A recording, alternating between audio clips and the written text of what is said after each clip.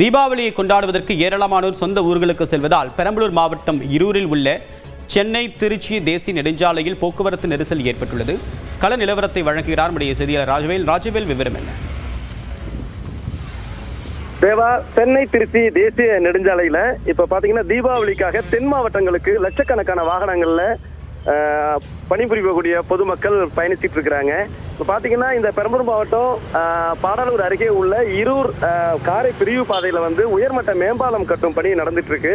கடந்த சில மாதங்களாக இந்த பணி நடந்துட்டு இருக்கு. இந்த பணி நடைபெறதுனால சாலையின் இரு பக்கத்துலயும் பாத்தீங்கன்னாக்கா சர்வீஸ் சாலை, சேவை சாலை போட்டிருக்காங்க. இந்த சாலை மிக குறுகலாக ஒரே ஒரு வாகனம் மட்டும் போகக்கூடிய அளவில் இருக்கிறதுனால இது போன்ற விடுமுறை காலங்கள்ல அல்லது திருவிழாக்கள் அந்த மாதிரி கொண்டாட்டங்கள் சமயத்துல வரக்கூடிய அனைத்து வாகனங்களும் அந்த இடத்துல போக்குவரத்து நெரிசல் ஏற்பட்டு சில நேரம் மணிக்கணக்காக காத்திருக்கக்கூடிய சூழல் ஏற்படுது. சில நேரங்களில் மிகவும் மிக வேகம் குறைவாக ஊர்ந்து செல்லக்கூடிய ஒரு சூழல் ஏற்பட்டிருக்கு.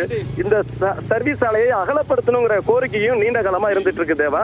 இதனால இன்னைக்கு தீபாவளிக்காக தென் மாவட்டங்களுக்கு செல்லக்கூடிய வாகனங்கள் அனைத்தும் மிக வேகம் குறைவாக ஊர்ந்து செல்லக்கூடிய சூழல் ஏற்பட்டு வாகன ஓட்டிகள் பாதிக்கப்பட்டிருக்காங்க தேவா. தகவலுக்கு நன்றி ராஜவேல்.